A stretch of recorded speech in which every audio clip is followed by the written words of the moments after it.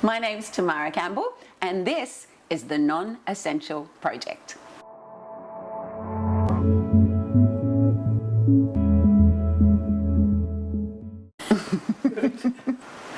What is your occupation? I'm an entertainer, but I'm definitely an entertainer in transition, I would say. I've been a character comedian for 25 years of my life.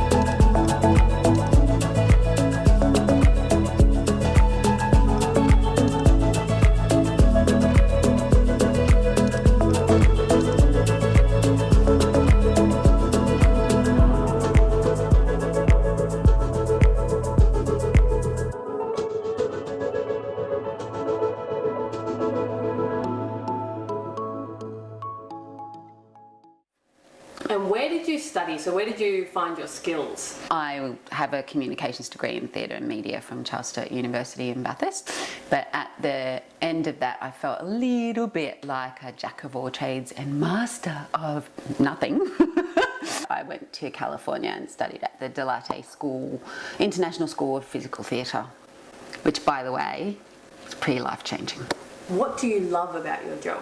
Living on a jet plane. I do like that part. I love traveling, definitely, but more than that, I love bringing, random humans together into a shared experience that is really about them belonging somewhere for a little while. I suppose a little bit of escapism, another world, a different time and space, in a place where even they get a chance to be different. What other jobs have you had that aren't in the industry? I was a waitress, I was a bartender, I worked at Cut Price, to the deli, fresh from the store where your money buys more, and then I upgraded to Woolworths Deli.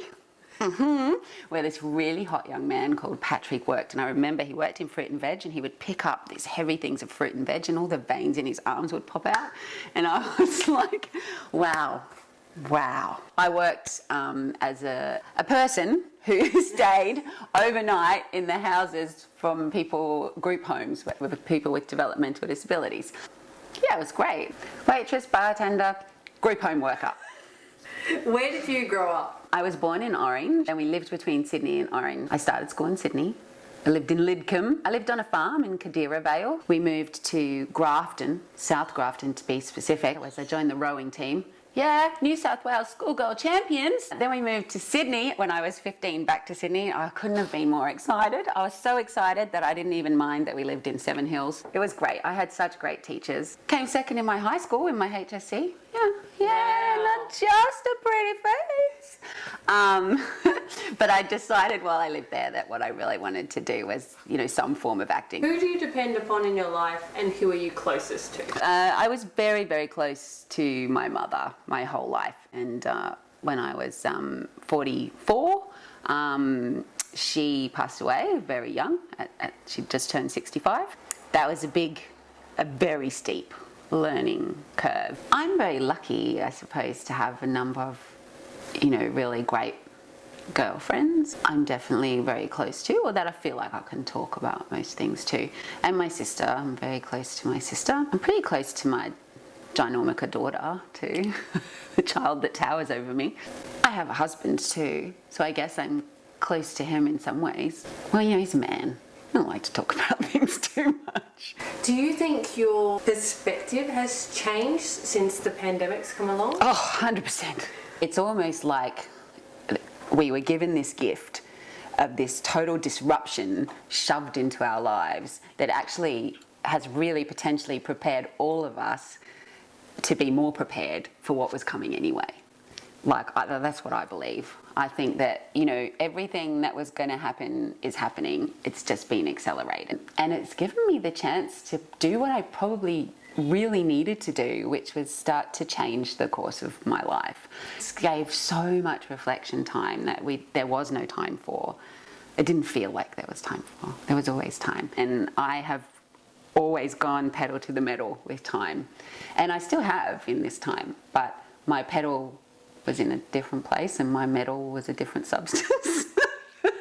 What advice would you give to someone who's looking at getting into the arts? Don't be secretive. Don't think that you have to protect what you make. You know, share your thoughts, share your processes. You know, look to collaborate rather than compete. But even more than that, get your freaking head on straight, because it's a tough business. If you know what you want, why you want it, and that you can believe in yourself enough. It's about being able to talk down your own imposters. I call it evil on the right and loser on the left. It's about being able to flick those fuckers off your shoulder, you know, even when they keep on coming back. It was once put to me that the only time you're terrified is when it's all about you. If you make it about something bigger than you, then you're not scared anymore. Okay, so this is a word association game, so this is a light thing. So okay. I just want you to say the first thing that pops into your head. Okay. Pandemic. Shit face. Essential. I want to say, is anything really? Breathing. Breathing is essential. Lockdown. Time, space. Isolation. Generation. A time for contemplation. Music. Dancing. Dancing, dancing, dancing. Chores. Thinking time. Green. First I wanted to say yellow, then I thought money. And the last one is important. Freedom. Can show my beautiful skirt. We didn't get to see it. See, look. It's a skirt. Stopping over. Did all that for you. Because I got my hand in front of my mouth. I'm so pretty and witty and not gay. Suddenly showing off your undies. Appearance means absolutely nothing to me. Ever. Oh, you can't see all my crap down there, can you? No. Oh, sorry, I shouldn't have eaten. I am never non-essential. Never have been, never will be. By the time I get to the end of my rants, I have no idea if I've actually answered your question. It's probably a little bit highfalutin, isn't it? It's good, no. It's like,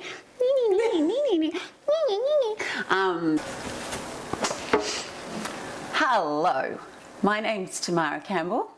Oh, it's making me laugh. I don't know why.